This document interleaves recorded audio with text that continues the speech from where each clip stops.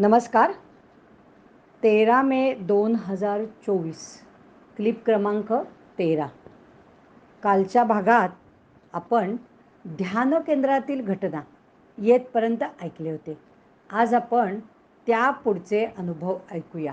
वाचन संध्या जोशी, मुंबई. गोध्रा येथील भट परिवाराचा अनुभव.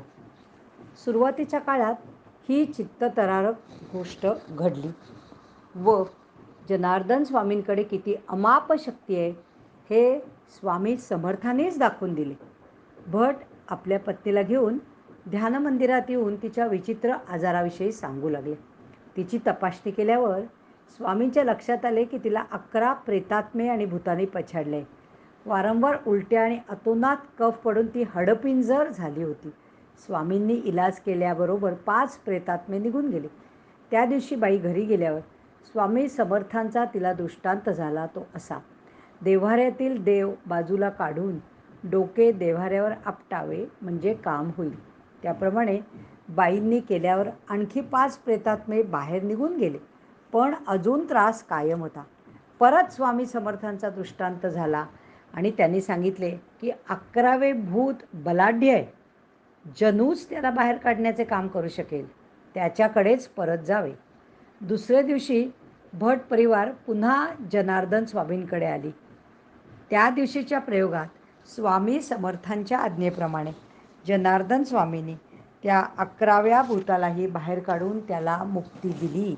बाई पूर्णपणे बऱ्या झाल्या आणि घरच्या मंडळीत आनंदी आनंद पसरला. पुणे येथील श्री वेदपाठक यांचा अनुभव. श्री वेदपाठक हे BSNL कंपनीत नोकरीला आहेत. ते दत्तभक्त असून सर्व दत्तक्षेत्रांना वारंवार भेटी देत असतात. सुट्टीच्या दिवशी ते घरी क्वचितच सापडतील. त्यांच्या परिवारातले सर्वजण परमपूज्य स्वामींचे भक्त आहेत. लोणकरांकडे स्वामी आलेल्या वेळी वेदपाठक तेथे दर्शनासाठी गेले होते आणि त्यांच्या मनात सहज असे आले की आपल्याकडेही स्वामींच्या पादुका असाव्यात, पण त्यांनी हा विषय कुणापुढेही बोलून दाखवला नव्हता. आरती प्रसाद सर्व झाल्यावर परमपूज्य स्वामींनी आपणहून वेदपाठकांना पादुका घेऊन जाण्यासाठी सांगितले आणि स्वतःच त्यांच्या हाती सुपूर्द केल्या. साहजिकच त्या सर्व कुटुंबियांना मनासारखे झाल्याबद्दल आनंद झाला. त्यांच्या ऑफिसमधील एका बढतीच्या वेळी त्यांना असाच विलक्षण अनुभव आला. बढतीसाठी नियमाप्रमाणे लेखी परीक्षा देणे बंधनकारक होते आणि ती परीक्षा लखनौला होती. परीक्षेची तयारी काही खास झाली नव्हती. त्यांनी स्वामींच्या कानावर ही गोष्ट घातल्यावर ते म्हणाले, काही काळजी करू नकोस, मनासारखे होईल.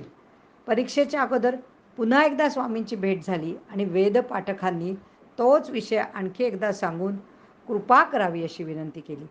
त्यावर स्वामी म्हणाले, तुला पूर्वीच आशीर्वाद मनासारखे होईल म्हणून दिला आहे ना, आता पुन्हा विचारलेस तर आशीर्वाद मागे घे ना, आणि जोरात हसले. तेवढ्यावरच तो विषय संपला. पुढे परीक्षेच्या वेळी सर्व स्पर्धक हिंदी आणि इंग्रजीत उत्तर देत होते, परंतु मातृभाषेतही उत्तर देण्याची परवानगी होती.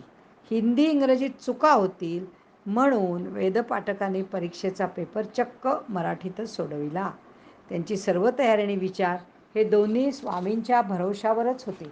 काही दिवसानंतर रिझल्ट लागला आणि त्यांच्या मित्राचा जो फोन आला त्याच्यावर वेदपाठकांचा विश्वासच बसेना. कारण काय असेल?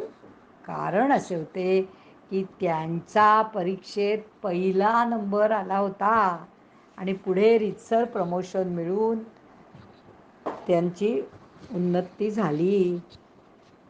आता पुढचा तिसरा अनुभव. दारूचे व्यसन सुटले. दारूचे व्यसन असलेल्या भक्ताची बायको स्वामी भेटले की नवऱ्याविषयी गाऱ्हाणी सांगत होती. ते सर्व ऐकून घेऊन स्वामींनी पुढच्या भेटीत नवऱ्याला बोलावून त्याला ताकीद दिली आणि मी कुठेही असलो तरी तुझी सर्व कृत्ये पाहत असतो हे लक्षात ठेव असे पण सांगून ठेवले होते. पण तरीसुद्धा फार काही बदल झाला नाही. बायकोसमोर पित नसे, परंतु परगावी गेला की तो हमखास नशा करायचाच. घरात एकदा बायको घरी नसताना स्वामींच्या फोटोसमोर त्यांना काय कळणार आहे, अशा पावित्र्यात त्याने दारू घ्यायला सुरुवात केली. लगेचच फोटोतून स्वामींनी मान बाहेर काढून ते त्यांना रागावले आणि म्हणाले, मी इथेच आहे, सर्व प्रकार बघतोय. हे झाल्यावर मात्र गृहस्थ घाबरला आणि दारूच्या व्यसनातून सही सलामत सुटला. कर्जातून मुक्त पुढचा अनुभव. परमपूज्य स्वामींनी 2 भक्तांना कर्जाच्या विळख्यातून सोडवलेले आहे. त्यापैकी एक जण बँगलोरचे आणि दुसरे नाशिकचे. बँगलोरचे भक्त आपल्या जवळच्या नातेवाईकांच्या मोठ्या कर्जाच्या रकमेसाठी जामीन राहिले. मूळ कर्जदार कर्ज फेडू शकले नाहीत आणि व्याजाची रक्कम अव्वाच्या सव्वा वाढत जाऊन 30 ते 40 लाख रुपयांचा बोजा आला. दुसऱ्या भक्तांच्या बाबत त्यांच्या व्यवसायात मालाची विक्री करून पैसे मिळाले नाहीत आणि थकबाकी वाढत वाढत तेथेही प्रचंड कर्जाचा विळखा तयार झाला. कारण कामगारांचे पगार आणि इतर उत्पादन खर्च चालूच होता. परमपूज्य स्वामींनी दोघांनाही आद्य शंकराचार्यांच्या सौंदर्य लहरीमधील योग्य अनुष्ठान निवडून दिले. त्याप्रमाणे सोन्याच्या पत्र्यावर यंत्र तयार करवून त्याची पूजा, अनुष्ठान, संख्येप्रमाणे मंत्रपठण, आरती, नैवेद्य सर्व करवून घेतले व स्वतः आशीर्वाद दिले. खात्रीने सांगितले की ते या विळख्यातून सुटतील. भक्तांचा स्वामींवर एवढा विश्वास होता की अनुष्ठानानंतर नोटांचा पाऊस पडेल आणि ते कर्जमुक्ती होतील असे त्यांना वाटले. पण तसं काही झालं नाही. आपले श्रम वाया गेले की काय असे वाटू लागले. पुन्हा स्वामींना भेटून सल्ला घेण्यात आला. विश्वास ठेवा आणि अनुष्ठान चालू ठेवा असेच स्वामींनी सांगितले आणि खरोखरच 1.5-2 वर्षाच्या काळात संपूर्ण कर्जमुक्त होऊन ऊर्जितावस्थेचा काळ दोघेही अनुभवावयास लागले. आणि स्वामींचे शब्द खरे ठरले. यानंतर आपण तिसरा अनुभव ऐकूया आजचा. सौ मायाताईंना विष्णू दर्शन. चौथा अनुभव. सौ मायाताईंना विष्णू दर्शन. ध्यान मंदिरात येणाऱ्या अनेकांना दिव्य अनुभव येऊ लागले. परमपूज्य स्वामींच्या पत्नी सौ मायाताईंना त्यांच्या मैत्रिणी विचारू लागल्या, स्वामींचे नक्की मूळ स्वरूप काय आहे आणि ते कोण आहेत? या सर्वांचे वारंवार ऐकून सौभाग्यवती मायाताईंनी हे प्रश्न विचारले. इतर सर्वजण जे हजर होते त्यांनी त्याला पाठिंबा दिला. शेवटी हट्टच धरल्यामुळे स्वामींनी मायाताईंना समोर बसवले आणि म्हणाले, आता सर्व नाती विसरून जा आणि मग म्हण की मी तुमची बायको नाही, तुम्ही माझे पती नाहीत. असे म्हटले तरच दर्शन होईल. नाराजी दाखवून अगदी बारीक आवाजात ताई शेवटी तसं म्हणाल्या. हे झाल्यावर स्वामींचे शरीर प्रकाशमान होऊन तेज पसरत गेले. नंतर प्रकाश लहान लहान होत जाऊन एक बारीक सुवर्णबिंदू राहिला आणि पुढे त्याला आडवा आकार येऊन तेजाचा प्रकाश झरझरू लागला.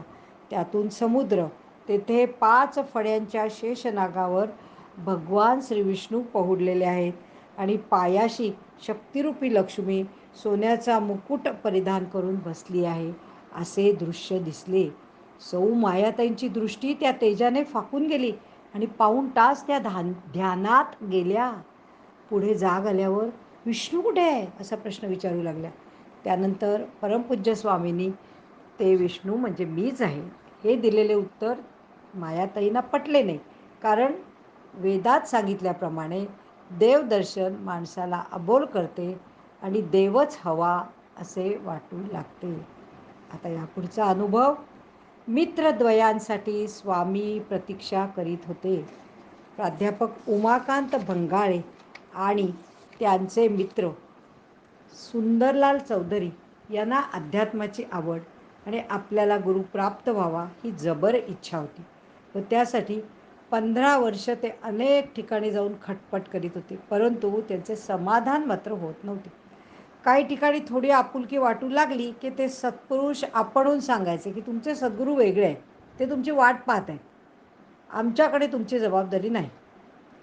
काटेलच्या सद्गुरू बाबांच्या दत्त मंदिराच्या शिखरावर झेंडा लावण्याचे काम उमाकांतकडून झाले आणि त्यावेळी बाबा म्हणाले, तुला तुझ्या योग्य गुरूंकडे पाठवीत आहे.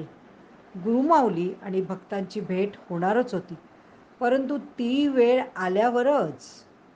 त्या संकेतानुसार 1.5 महिन्यांनी परमपूज्य जनार्दन स्वामी भुसावळला आहेत हे समजल्यावर हे मित्रद्वय तातडीने तिकडे पोहोचले आणि दर्शन झाल्यावर दोघांनी साष्टांग नमस्कार केला. खूप समाधान वाटले. स्वामी त्या दोघांसोबत खूप वेळ बोलत राहिले. हे सर्व पाहून तेथील मंडळी त्या दोघांना विचारू लागली की आपला स्वामींबरोबर किती वर्षाचा सहवास आहे. उमाकांतनी सांगितले की ही स्वामींबरोबरची पहिलीच भेट आहे आणि आम्ही त्यांना पहिल्यांदाच पाहत आहोत. हे ऐकून सर्वांना खूपच आश्चर्य वाटले, कारण त्या अगोदर स्वामींच्या आंघोळीसाठी तेल लावण्याचा कार्यक्रम चालू होता. दरवेळी अंघोळीला जायचे का असे विचारले की स्वामी म्हणायचे, का घाई करता, माझे 2 भक्त फार दिवसांनी येणार आहेत, त्या दोघांनाही 2 तांबे पाणी घालायला मिळू दे की. आणि अक्षरशः हे दोघे ब्राह्मण सभेत पोचल्यावर काहीही तक्रार न करता ताटकळत स्वामी थांबले होते. हे सर्व पाहून गुरु शिष्य संबंध जन्मोजन्मीचे असतात हा मुद्दा अधोरेखित झाला. पुढे दोघांनाही अनुग्रह मिळाला. यानंतरचा परदेशातील अनुभव आपण उद्याच्या क्लिपमध्ये ऐकूया. धन्यवाद. हरिओम तत्सत.